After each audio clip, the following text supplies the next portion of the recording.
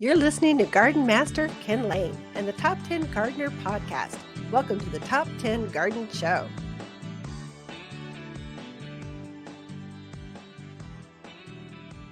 And we are back with Lisa Waters Lane. She comes each week with your garden questions. Just what are your neighbors? What are fellow gardeners? Fellow, is that even it? What are other gardeners talking about? You want to be male, female? Don't you want to any adjectives that promote anything. So anyway, what are other gardeners talking about? Welcome to the studio, Lisa. Thank you. Any great questions going on? And what are people talking about?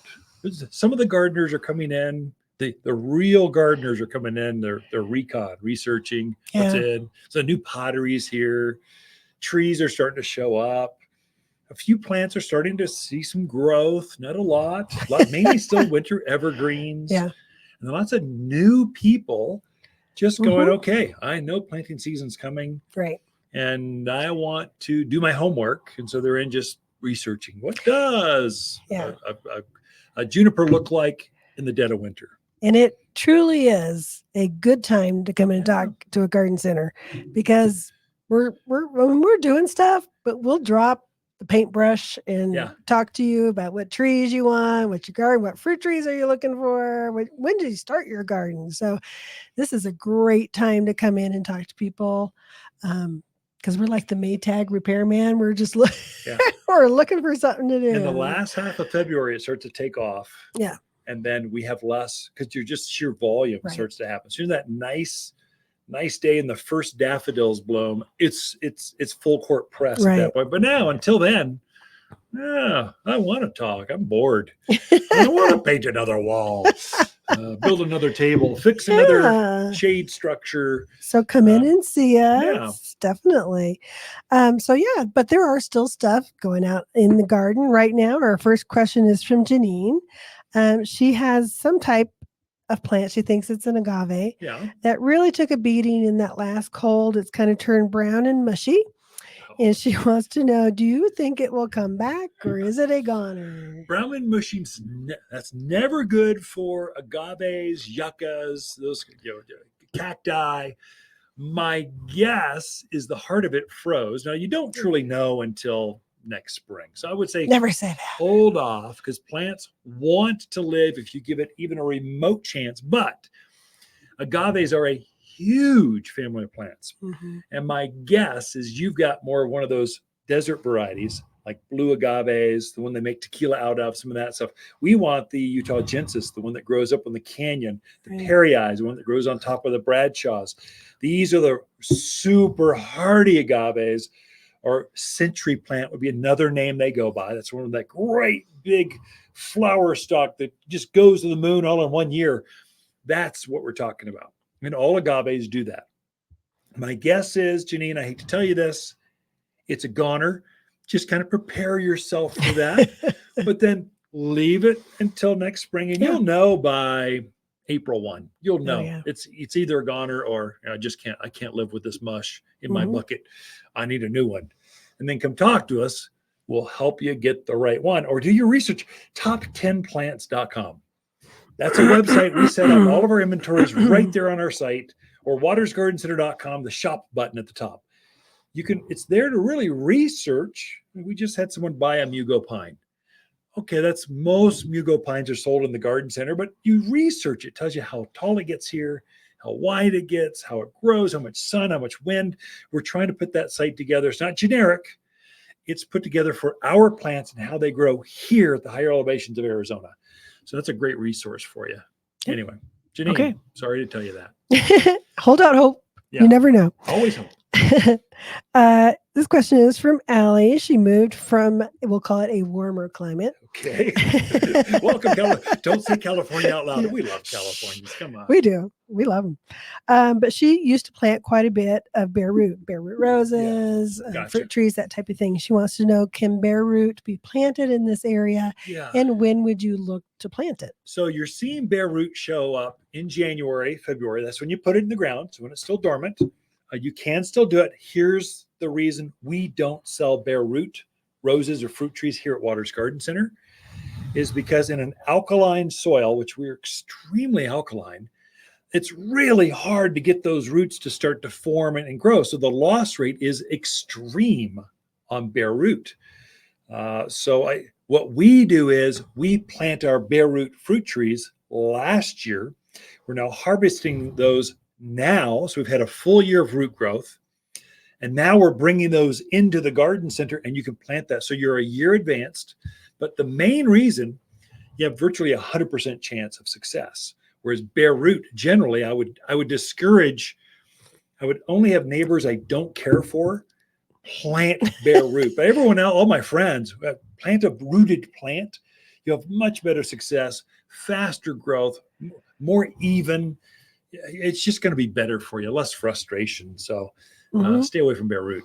I would say, just as an aside, Ken and I love all our neighbors. Oh, yeah. Sorry. I don't have any of our neighbors plant bare root. None. They all give advice. I give advice. I go, here, let me help. I'll pick one out for you personally. Right. Yeah. We love our neighbors. Second thing is, as far as roses, we do get our fiber pot roses, which are they're dormant. The rose itself is dormant, but it has been rooted out in the fiber pot. Right. We get those usually about the second week-ish of February. Day. Yeah. And those are great to plant because they're usually a little less expensive. Plus, you're getting them in when they're still dormant, so they leaf out at the appropriate time, just less stressful on them. You just have to envision what this rose is going to look like, because it won't look like anything too special. You do get the new varieties with that, but they're fully rooted. That's the thing. Oh, yeah. It's not that's the most important thing. So bare root is they rip them out of the ground. They farm them in rows, and they rip them out of the ground. They put them in a bag with some sawdust, and here, you want this? Right. And so they just aren't rooted. Yeah. And so if you're to take that same bare root at a farm setting, put it in a fiber pot, then root it out for a year, and then bring it to the garden center, now you've got a fully rooted, it will bloom for you this year. Whereas a bare root rose, they just aren't going to bloom that first year. It's really hard on plants. 50% you are in the loss. mountainous area, definitely. Yeah. Okay. Make sure you get that warranty from that box store, because you're going to need it. I'll let that one go.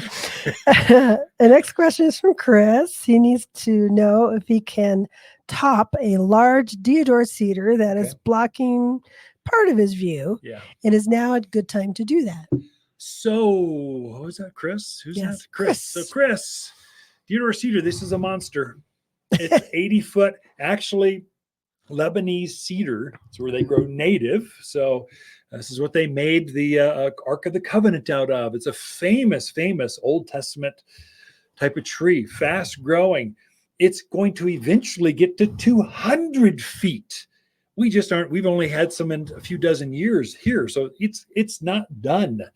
So it's going to be nothing but a struggle for you. If it's blocking your view, I think you just got to make the call, power up the chainsaw, cut it right back to the ground, because you are not, it's going to be a constant thing always for you. It's always going to want to block your view. Yes, you could top it now. This is your best time. It's going to look hideous. Your neighbors will mock you going, what's he doing? He topped it. He didn't plan ahead. Just plant a shorter one. Get a juniper or an Arizona cypress. Put a pine tree. They grow half the size of a deodar cedar. Because if it's blocking your view, it's going to continually want to block your view. I would say that's strategizing your views before you landscape is critical. In fact, we got a garden class on that. I think that's the 20th. We got a class on how to landscape. We'll cover there's ways to use plants to accent or frame a view. So I like to use columnar plants like aspens, classic. Put them on either side, and your eye is just drawn from that back patio, just drawn. Go, look, I can see Granite Mountain. There's Thumb Butte, spectacular. I love the sunsets here. We just frame it just like that. But we'd never put, I know it looks innocent when you put a 6-foot deodar cedar in, but then it quickly turns into this 40, 50, 60, 80-foot giant that blocks your view.